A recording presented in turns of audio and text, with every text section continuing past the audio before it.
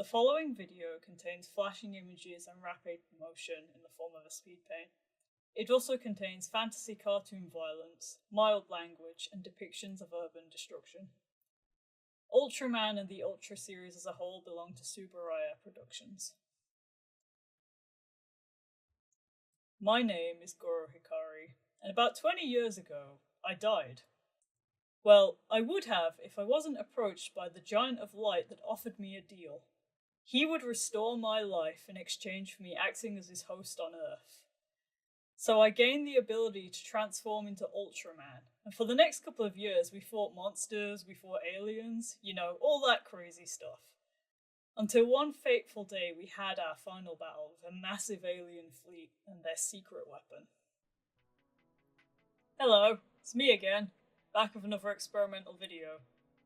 Welcome to the first or maybe pilot episode of what I'm gonna call the My Take On series, where I take franchises and properties I like and I essentially try to show you a few of my own ideas for what I would do if I was asked to make my own series or my own project out of them. This is basically my way of creating videos about media I'm passionate about, without the kind of huge time and resource commitment that would go into kind of making like a full fanfic series out of it, since admittedly I kind of already have quite a lot going on. In these videos, each one I take a couple of the characters, I'll kind of draw them in a background while I kind of talk about things like the characters' like lore and their like hypothetical role in this series, as well as I'll kind of talk about things like design choices. These usually aren't complete redesigns of the character, but there might be a few additions and alterations here and there. As evidenced by the title and opening, this first episode is about the tokusatsu giant Ultraman. I got into this franchise very recently, having heard about, at the time, the upcoming release of Ultraman Rising. I decided to give the series a shot after finding out about Subaraya's official channel. I watched a few episodes of Blazar and I essentially became hooked after that. So for this first video, because Ultraman, there are a lot of characters in Ultraman, so I'm going to primarily focus on our main heroes, and then this time we're going to be looking at some kaiju to start off. Of course, because there are so many Ultraman monsters, for now, my candidate list, so to speak, is restricted to characters from the OG series and characters from Ultra 7. So yeah, let's start by talking about our first, Ultra dude, Stellar, and his host, Goro. Goro Hikari was a foot soldier working at STAR, or Special Technology and Research, this essentially being the sort of defense team of the series, who normally specialize in kaiju research and kind of building kaiju counter weapons, but over time they've become more on the front lines, so to speak, with things like mechas, fighter jets, and kind of going into researching aliens. Goro was also on the front lines, and he was distracting a monster before being killed by it. That, of course, is where he met Stellar and agreed to fuse with him to become Ultraman, and you probably can guess the rest. Stellar was the Ultra chosen to protect the Earth, arriving in the middle of a fight between the human members of STAR and a kaiju. At first he wasn't really sure why he was chosen, but was happy to go out and see other parts of the cosmos. As a bit part of Stellar's character, it turns out via flashbacks, he kinda used to be a bit of a jerk, especially towards his kaiju opponents. This will become important later. Over time, though, he did develop a sense of empathy and started caring a lot more, especially thanks to seeing Goro's sort of camaraderie with his teammates and colleagues. So, the main kind of thing with this Ultraman series is a bit like Rising and a bit like the manga to a degree. There is this notable time jump between the hero career of one Ultraman, and then they have a successor that takes up the mantle years later. And I imagine this series would be set in its own continuity, so Stellar and Goro are effectively this universe's version of Mani-san, or the OG Ultraman and Shin Hayata, respectively. I think we both found out a lot of things about our time as a superhero. I found my inner strength. Stellar found a sense of purpose and community, and most of all, we both found love. As it often is in these Ultraman retellings, the final battle left both of them kinda dying, and they were visited by Stellar's boss, be it Zoffy or be it some kind of new character, who was all like, "Hey yo, Stellar, let's go home." And then Stellar was like, "Wait bro, let this human dude live instead." And then Goro was like, "There's gotta be some third option, right? We literally have a kid now." So the Superior did try a third thing. They shared the life between both people, so both of them got to survive. However, there is a catch that when Goro reaches the end of his human life, Stellar is gonna die with him. After that, things were pretty quiet. Kaiju attacks had died down to about 1 or 2 a year, and there was barely any signs of those pesky aliens plotting to take over. Goro and Stellar went into a semi-retirement along with, their wife, a mecha pilot named Anne. And yeah, they ended up having a kid who is the actual protagonist of the series, and we'll get to him in a minute. I imagine it's something of an open secret at this point with some of the star members that Goro is an Ultra host, but they keep it a secret from both the higher-ups and the general public. I know in the actual canon lore, I think there is a rule the Ultras have, that they have to leave the Earth if they get found out. But yeah, different universe, and Stellar is a bit of a weird case. In the present day, Goro is still able to transform, but it kind of directly feeds off his own life force, and it's slowly killing him. So throughout the series, he does hold off on transforming into Stellar unless he absolutely needs to. This detail kinda helps to keep the stakes up a bit, since he's not always able to come to his son's aid during the full fights. So for the actual designs of these characters, for Stellar himself, I wanted him to be a pretty traditional looking Ultraman. He kinda gives, he's got a bit of Showa element in his design, maybe with Heisei having, in the Heisei era, they started adding kinda another color other than just the red and silver to the Ultra people. It's not used very often as well, but I actually really like blue eyes on Ultra people. And I think it's because it matches their color timer.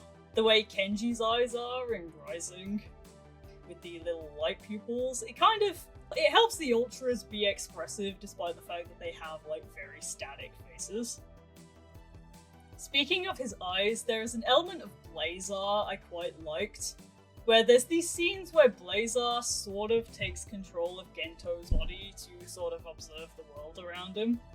And to show this, one of Gento's eyes, turns blue.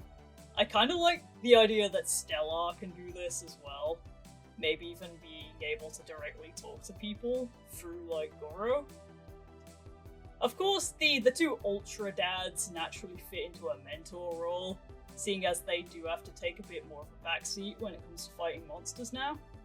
I'm thinking the dynamic is a much healthier version of kind of what Seven kinda had with Leo, where Stellar tends to come up with kind of wacky training methods and experiments to counter monster powers, but yeah, he's a bit less of a jerk towards this student, considering this is his actual son. The two of them, of course, ultimately want to see their son succeed, not just as a superhero, but as a human too. That's important. 16 years later, Elliot was sitting in the living room watching TV when his dad walked in. "Hey Elliot," said Goro. "I was thinking about a few things concerning what happened the other week."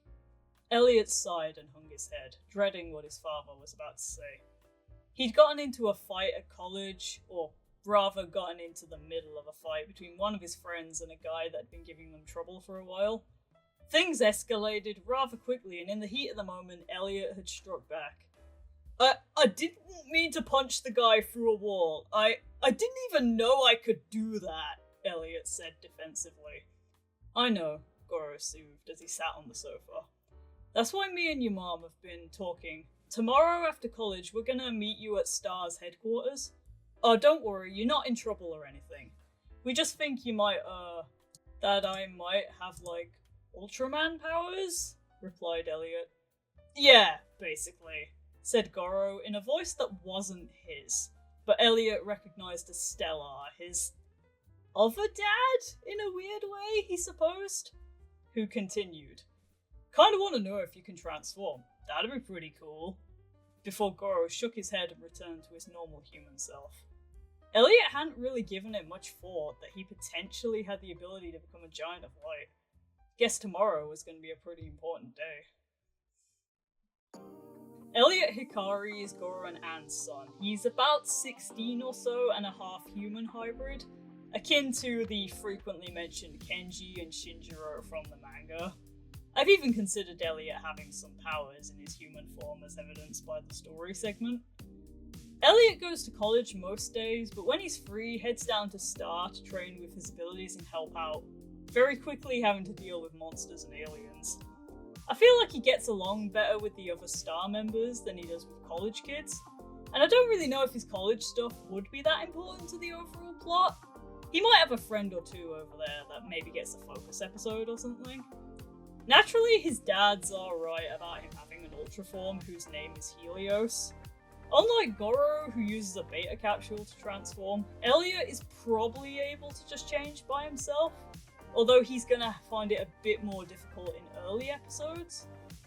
Helios is a fair bit more timid than the usual Ultra guy, and to be fair, he doesn't really have millennia of combat training like his predecessors. His fighting style may be a bit more mobile and evasive, mostly relying on his ranged arsenal.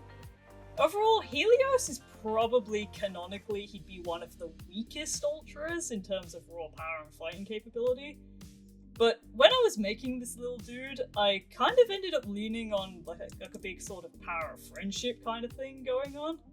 Like, he's probably gonna be one of them where he ends up picking up quite a few allies on his journey to becoming a hero. Like his name suggests, Helios has a prominent sunlight motif to go with his dad's Star one. His powers lean more in a support direction, having a strong kind of shield or barrier, maybe the ability to throw kind of light bombs that can stun an opponent. He might have a few extra like situational quirks too, such as developing the ability to see through illusions and detect invisibility. Kind of like how Ark kind of has his whole imagination thing that lets him do all kinds of crazy stuff. Like, Helios has a broad definition of the light theme with his powers, so there could be similar antics here.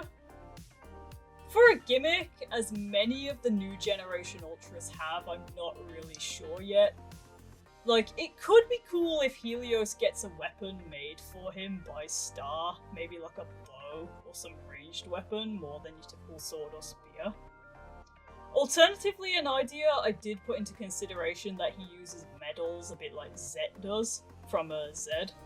This difference here being that he essentially earns the medals via forming connections with other characters, whether it be a token of friendship or some of the more antagonistic ones acknowledging him as a worthy opponent.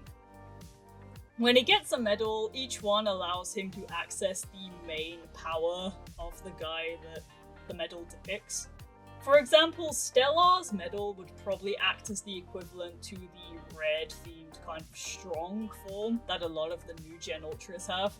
Whereas if he had a medal from like a monster or alien, it might give him access to, say, Eleking's electricity, or say like Alien Bolton's ability to make duplicates of himself. Like, there's a potential for some like really creative stuff here. For Helios' design, I deliberately decided to go a bit more out there for an Ultra character by sort of visibly giving him clothing. Gives him a very different silhouette to your classic Ultra, and I think his rising sequences, or at least the very first one, would almost be kind of Magical Girl-esque with the outfits forming around him and stuff. The clothes could also tie into his medal gimmick, with each medal kind of giving him a different fit that's like themed around the character the medal is of.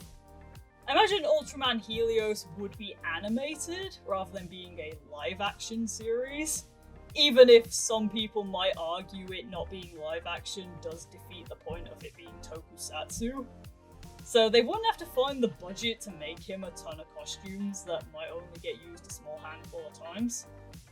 I could see the inevitable movie being where Helios acquires his final medal and his final and strongest form. This could take a page from Ultraman Orb's book, where the final medal depicts like Helios / Elliot himself, and maybe depicts his true inner power or some crap like that. Maybe all the medals he's connected sort of combine into it, making it like a true representation of like the power of all the bonds he's made. Like, at this point, it's gotta be something really corny like that. So, here are our main heroes, and just in time too.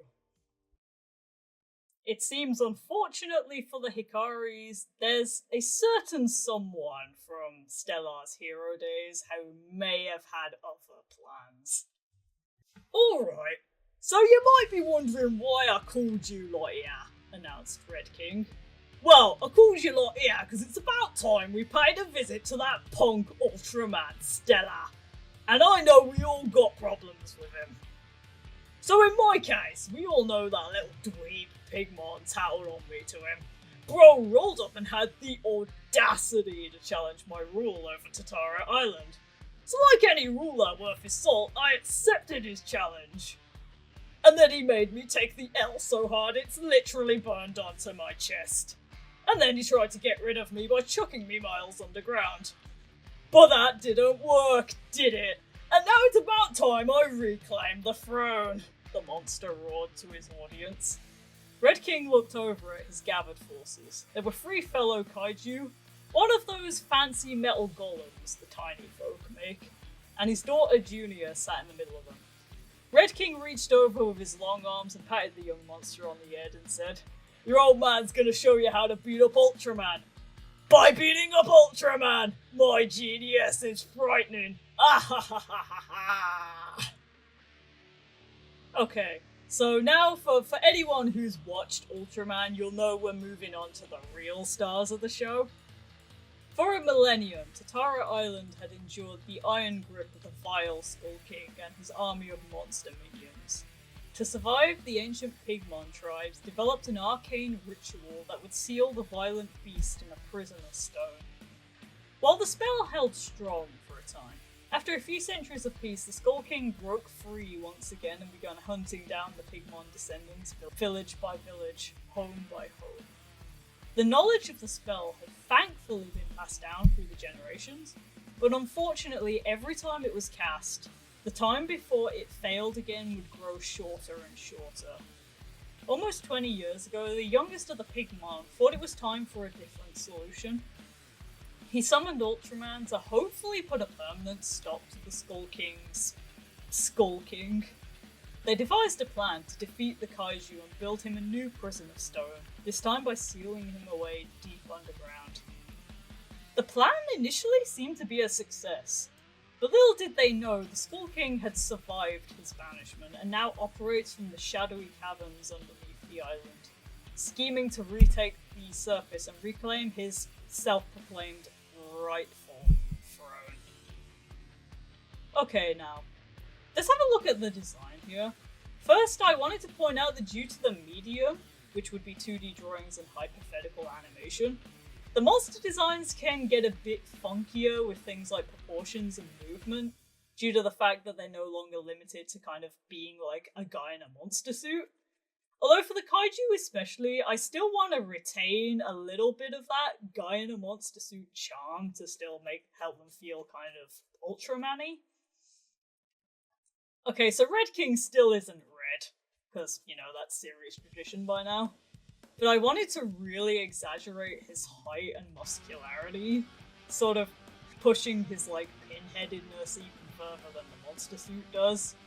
A big piece of inspiration I turned to a few times for this video were the EX forms of the monsters from Ultraman Fighting Evolution Rebirth, which are these sort of wacky, modified super forms given to the playable monsters. Red King's EX form in particular makes his arms a lot bigger, like in a way that almost is kind of like a gorilla or something, which I really like as it gives him a very distinct silhouette. For the Helios design, I basically pulled it even further. Like, fully extended, Helios Red King's arms are each about almost the same length as his full standing height, and topped with enlarged hands that are pretty much perfect for throwing both boulders and buildings hundreds of thousands of feet with uncanny accuracy.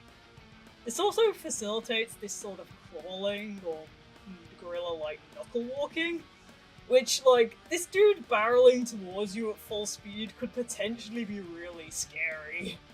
Or really goofy. Yeah, it kind of depends on the execution. Another feature of OG Red King that isn't really in his other designs, I really like, is that they seem to have given him, like, solid black eyes, which gives him this sort of feral, intimidating kind of look to him that kind of really sells, like, the sort of jerkish personality. The current day Helios design here also includes a pretty severe scar that he got from the fight with Stellar. Like, he's literally that man too angry to die meme. So, kind of a fun personal headcanon. In the Pigmon language, the word for red and the word for skull are essentially homophones, making the oddity of Red King's kind of name being a result of, like, a good-bad translation that ended up sticking. There is a meta reason he's called Red King, as originally I think he was the big bad of a show called Redman, which is kind of like the beta version of the original Ultraman. Like, there is a separate character called Redman, but that's like a whole other story. Leading into Red King's role in Ultraman Helios, like, he'd effectively be the first kind of arc villain who sends other kaiju to attack human settlements and stuff. Like, particularly I like the idea of Chandler and Gigas being his, like, put upon sort of hapless minions, as both of them tend to have somewhat unfortunate encounters with Red King in the actual canon. Like, Chandler might even have some kind of Starscream tendencies that provide a ton of, like, comic potential. Another thing that makes him interesting as a starter villain is that he's a foil to Goro and Stellar. Like, remember when I said Stellar could be a bit of a jerk to the monsters? Well, fighting Red King, I feel like, is, like, the thing that gave him that realization moment that he is a jerk, and he actively tried to become more empathetic afterwards. And yeah, as we all know, our beloved Corn Godzilla, like, kind of revels in his jerkery, and that's what makes him so iconic as a character. He's also a parallel to Goro, since during the time skip, Goro got married to Anne and they had Elliot. And while deep underground, Red King actually ended up finding a mate of his own species and ended up having a kid of his own. Like Goro wanting to train Helios, Red King probably also wants his daughter Junior to succeed, within this case her effectively being the heir to Tatara Island's throne once it gets reclaimed. I imagine Helios gets his medal through, like, a sort of odd villainous respect towards him for at least giving him a decent fight. The power might be more extreme, difficult to use super strength than he gets from Stellar, or maybe just the ability to throw stuff really good, which might be more useful than you'd think. Okay, so now, how is Red King finally defeated? Honestly, I'm not really sure. Given the presence of him having his own kid, there is this interesting moral dilemma to be had about if killing him is the correct thing to do. It's like, yeah, he's got a family now, but he spent centuries destroying and terrorizing, like, a ton of other families. I think, like, Red King's fate might end up being a little bit more goofy when, like, the more aliens get involved in the plot and stuff. He ends up stuck in another dimension or something equally ridiculous, but potentially survivable. I mean, it'd be kind of funny if he literally ends up in the plot of a mega monster battle on Planet Hammer, which might fit the tone of Helios a bit better. To talk about Junior, she's probably the kaiju equivalent of maybe a 10 or 12-year-old. Like, Red Kings really have to kind of grow into their awkward body proportions. And I'm thinking personality-wise, she's, like, kind of meek and, like, nerdy. Or as close to nerdy as you can be for a kaiju. As for Junior's mom, who's kind of ominously known as the Queen by the other monsters, she's naturally gotta be even bigger and scarier than her husband. And she's definitely the one with the brain cells, as I guess she does most of the actual ruling of the island and commanding the minions, while her husband is out being a bit of a menace later on in the show. After a somewhat awkward silence, Gomora decided it was his turn to step up and speak. When I had my first experience of Ultraman Stellar, I was about 30 years old, practically a hatchling.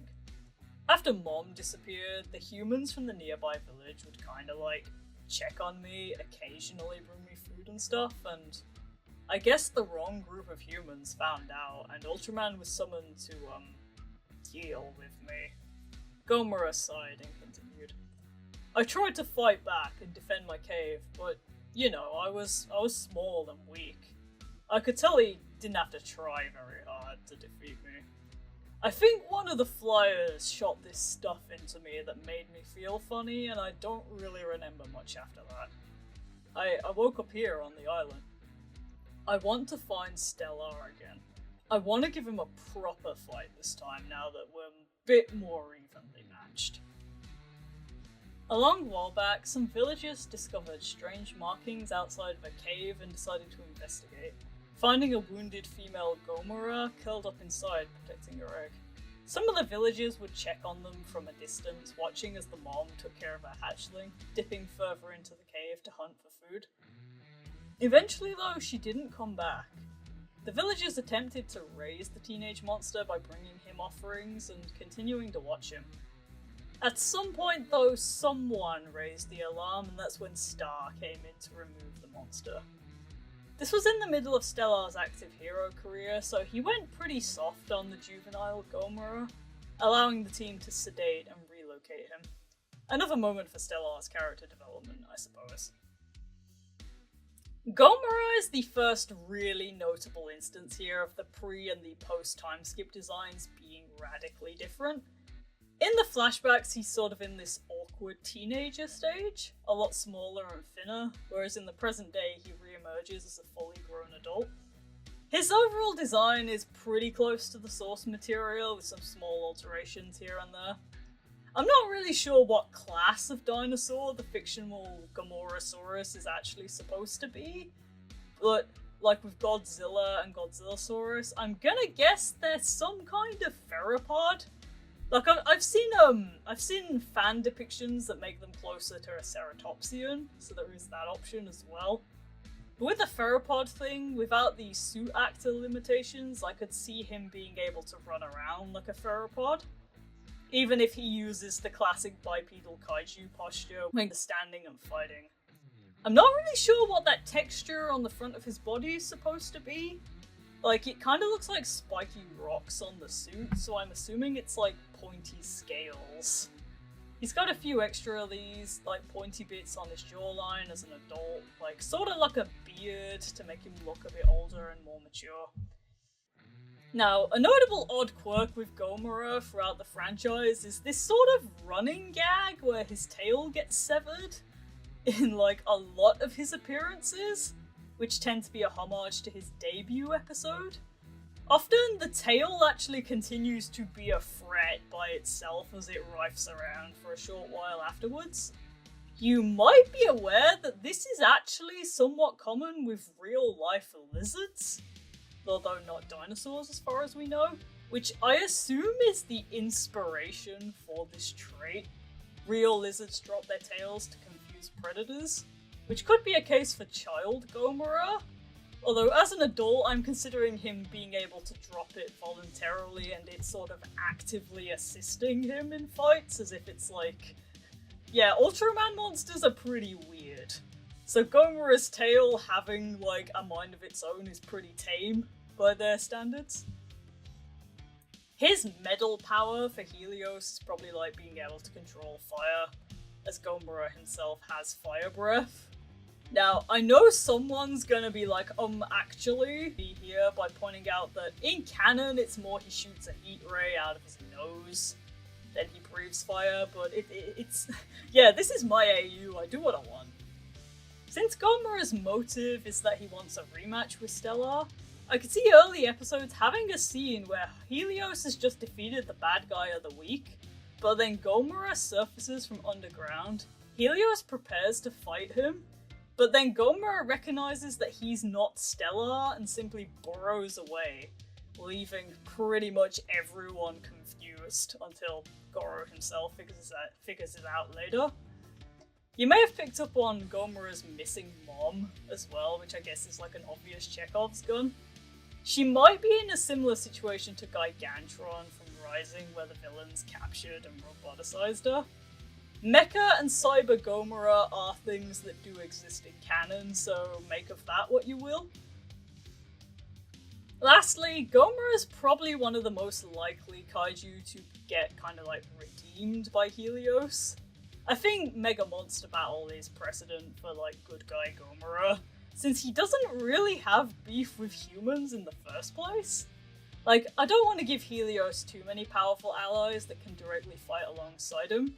Star has like maybe 2 mechas, sometimes his dad can add in, and then with Gomura there's 4. And I imagine to preserve dramatic tension, Helios will sort of be like soft capped to a maximum of 2 assistants at a time, and this will be in like big fights. So yeah, here's Gomura. Materializing in the space where Gomura previously was, Noronga began to explain his side of the story. Now, when you wake up after a century of on and off brumation, the first thing you're gonna want to do is grab something to eat, right? So, I wake up and it turns out the bugs have been building these nests they use to generate electricity, and I think to myself, perfect, can nip over to one of those instead of having to wait for the next thunderstorm. They ain't gonna notice a thing, right? Well, apparently they did notice, and it is a huge problem, because the bugs then felt the need to summon Ultraman on me. Guy clearly shows up looking for a fight, and alright, maybe I'm a bit rusty and I've let myself go a bit, but that silver twink did not have to utterly obliterate and humiliate me like that. I want some payback. And you bet that his alien ass ain't gonna see it coming. For centuries, the people of the village have told their children a legend about how if you look towards the mountains during a thunderstorm, you might see a glimpse of the mighty Noronga standing on them, feeding on the lightning bolts. In the modern age, however, he's emerged from his slumber and he's become a giant freaking nuisance. Thanks to human development, there's a lot more readily available sources of electricity around. So every few months, Star gets a panicked call from a power plant that's being raided by a building-sized synapsid that can turn invisible. How fun. Now, this fella actually wound up being one of my favourite Ultraman monsters. I think it's purely because I find the concept of a whole entire kaiju that can just disappear hysterically funny, but low-key also kinda terrifying. He's pretty much always been an early episode monster in his canon appearances, so he had the misfortune of meeting Stellar when he'd recently arrived on Earth and was kind of in the peak of his like jerk era. Noronga then received a true Showa era level clowning on by the Ultra, and then went through the humiliation of being captured by Star and dumped to the relocation grounds on Totara Island. The dude is understandably a bit salty about this, so he ended up seeking out Red King's tutelage to kind of lock in and give Stellar a chance at some well-deserved payback. The version of this character visually ended up kind of being a hybrid of the classic suit and the design from Ultraman Rising. The body proportions in particular being in the middle of the two, like, he's still this like funny chunk creature, but his like weight distribution is a bit more natural looking. Another thing with the Rising design is I think he's supposed to be light brown, but in the main scene that features him, the nighttime city lighting makes him look green. And you know what? I actually think green looked really good on him. So that's why the Helios design is green. He has like a pretty garish colour palette. I stole the sort of hazard tape colours on the backplates for the from the Shin Ultraman version.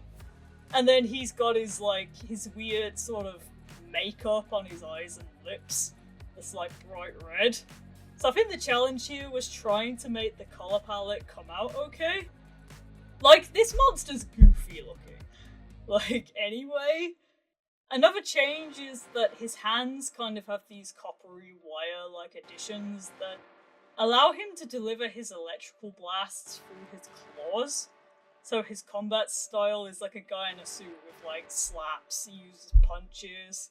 He sort of rams with his shoulders and tries to jump on people, like trying to kind of use his weight to his advantage. And his invisibility probably carries him quite a bit. Like, he might even be more of a hit and run tactics kind of dude. I gotta admit, when I first saw images of Noronga before I started watching, I thought he looked kinda short. Okay, short by kaiju standards, but you know what I mean. So I kinda got caught off guard seeing an episode with him, and seeing that he's huge when he's reared up. You know, kinda like Shimo from the Monsterverse, actually. Here, I kind of wanted to keep him short, or he doesn't really gain a lot of height when standing bipedally, which he kind of exclusively does to fight with. His medal grants Helios the ability to turn invisible. It's simple as that.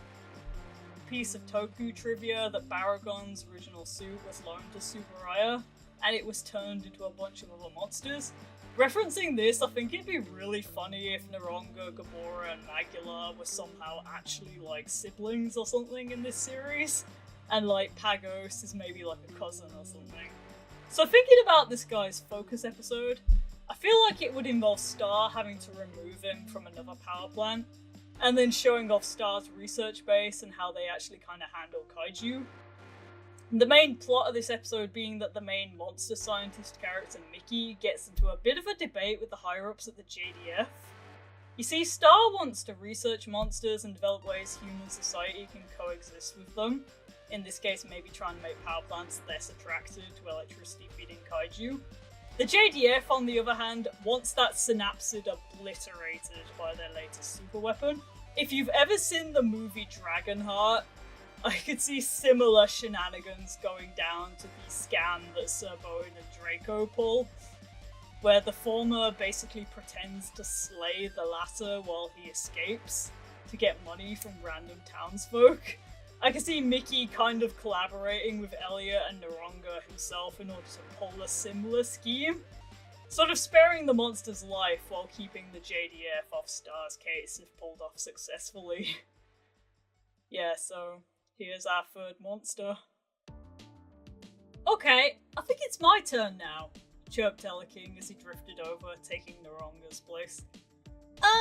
Longish time ago now, my owners came to Earth for reasons I don't really know, but anyway, I was moved to the lake to grow up while they looked after me and did, other stuff, I guess?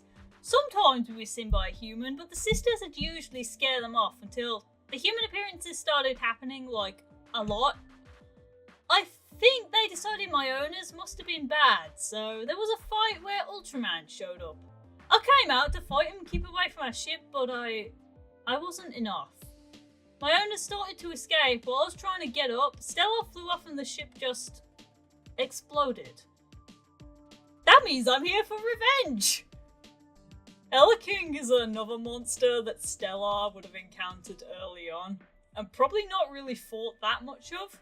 He was transported to Earth as a larva owned by a pair of pit aliens who was intending to use him as a weapon to help them take over the world or something, I guess, as is the standard with antagonistic aliens in Ultraman. Stellar himself had already had some experience dealing with aliens before he arrived on Earth himself, and it was a simple job of getting the monster out of the way and then taking out the actual masterminds behind the invasion plot. For Stellar, it was a regular Tuesday, but for King, this was his canon event.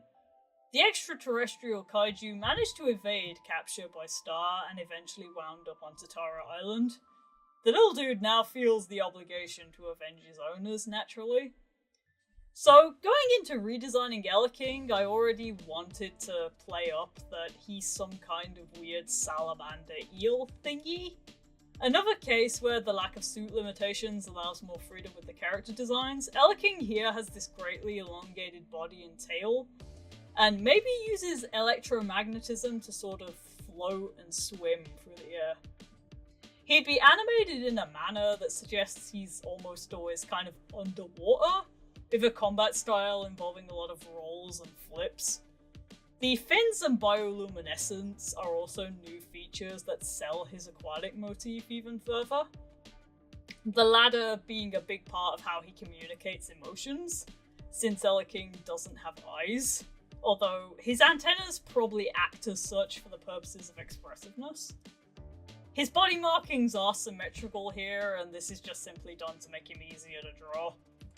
He hasn't changed that much between past and present, but the flashbacks would probably show him in his larval form, which has been depicted several times in canon. I think there are at least 3 different forms of, like, baby King we've seen. Mebius, for example, giving us Limb King, who bears a hilarious amount of resemblance to Pikachu, in terms of, like, body proportions and stuff. I want to say that watching King's debut episode, I kind of got the feeling the pits did not give very much of a crap about their pet monster at all. Later on in the franchise, there have been more sympathetic pits, such as the one from an episode of Deca, who kind of treated their King Ellie as almost like an emotional support animal, before it kind of grew out of control. Seeing as pits tend to show up in pairs, like, we could actually do both. The reason their ship was vulnerable to Stellar here is that the 2 pits got into an argument. One of them wanted to circle back around and retrieve King, whereas the other one wanted to simply abandon the kaiju and focus on saving her own ass.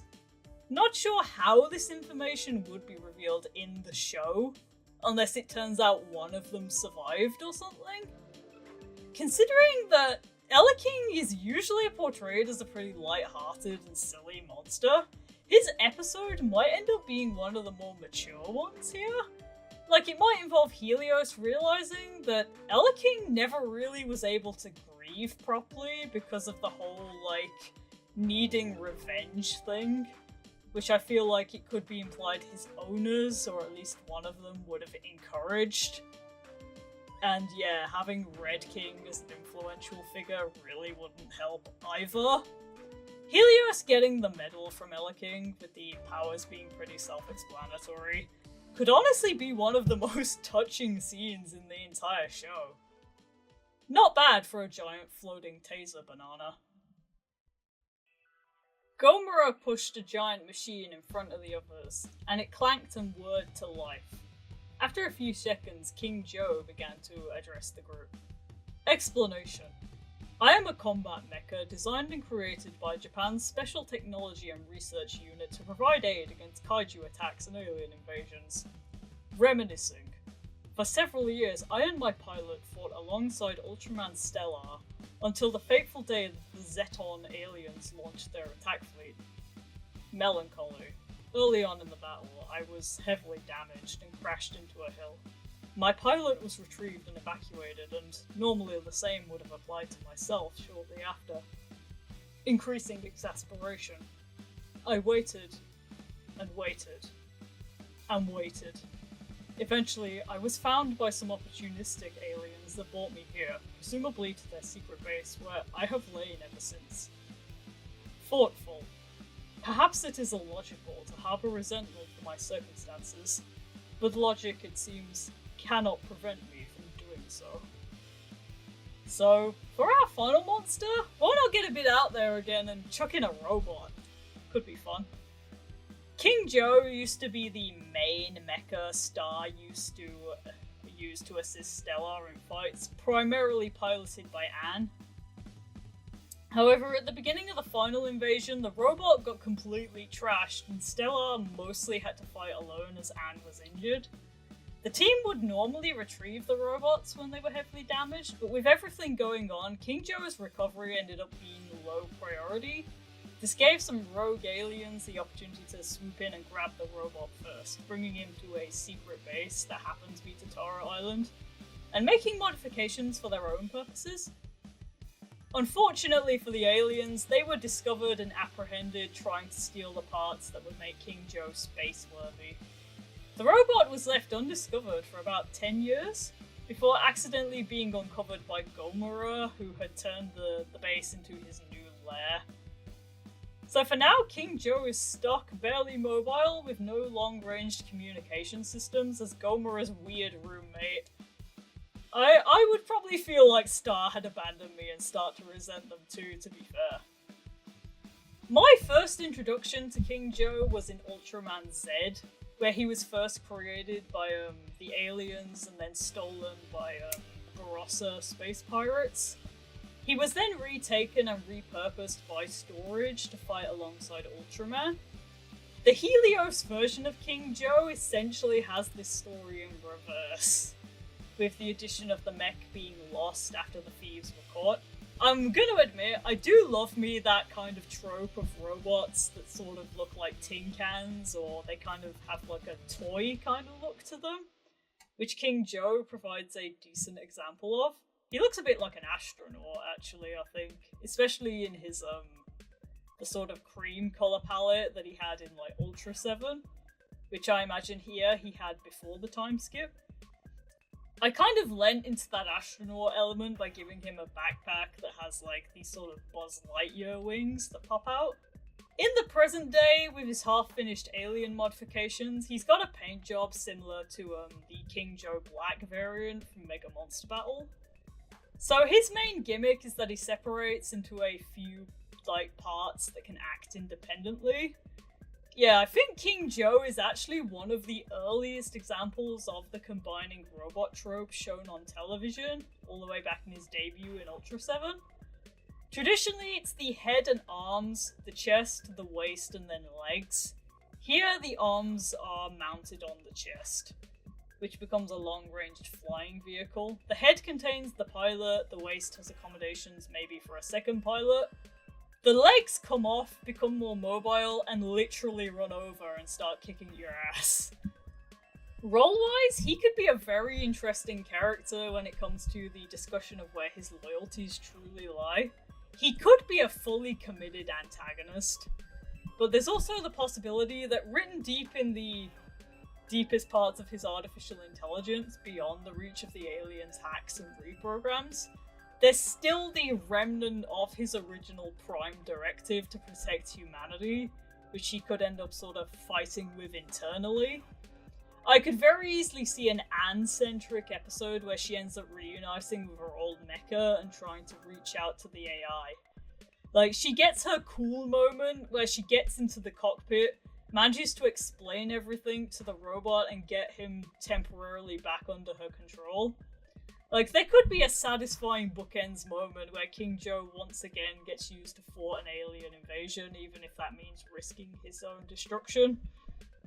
A more light-hearted fate for the character could involve Anne retrieving the components that contain his AI, and bringing him back to Star in order to convert him into something similar to Hanajiro from Deca, where he's this little robo-goober who manages Star's computer systems and controls unmanned fighter jets that Star uses to assist in fights. Like, it's kind of a funny way to give him a heel face turn without giving Helios too many super powerful allies. And I think for now, that's all of our monsters covered. That evening, Elliot was walking away from college when his phone buzzed. He took it out of his pocket and had a look. It was a kaiju alert, and it was close by. There hadn't been a kaiju alert in a couple of years, but that wasn't important right now. It was time to evacuate. And that's all I've got for Ultraman Helios, at least for now. Since this episode was mostly focused on kaiju, I'm thinking it's only logical to make a part 2 starring some of the aliens at some point. Of course, with there being so many Ultraman characters, this my take on could end up getting a few entries if I feel up for that. After that, I'm also considering my take on Gamera, if anyone's interested. We'll see how it goes. So, another thing is, in order to make the little story sections in this video work, I did have the kaiju talk. I'm on the fence over whether this would have been true for the actual project if I made it. I feel like Ultraman talking and fight banter is usually reserved for alien baddies almost exclusively, although to a degree mechas get away with it too, like, we do have some of the mechas that talk. So yeah, talking kaiju is up in the air right now since, you know, it's pretty rare in kaiju media that they talk. Yeah. So what aliens would you like to see in part 2? Mainly keeping it to the original series and from Ultra 7? Yeah, tell me your thoughts in the comment section below. Okay, if my voice sounded a little bit off in this video, I am on the tail end of a cold. Because I've already delayed the video a fair bit. Also, I want to try to get one last video out before the year is over, so you may have noticed that I only ended up delivering on one of the projects I planned this year, which I want to address in that video as well as a few things I've learned. Overall, stuff ends up taking a lot longer than anticipated, and recently I started running Dungeons & Dragons games as the DM again, which takes up a lot of my time. So for next year, I'm gonna rethink on how I make my videos going forwards, and I do want to kind of update everyone on what could be next and see what you all think. Anyway, if you're still here at the end, I want to say thank you for watching, and I hope I see you all again soon. Bye!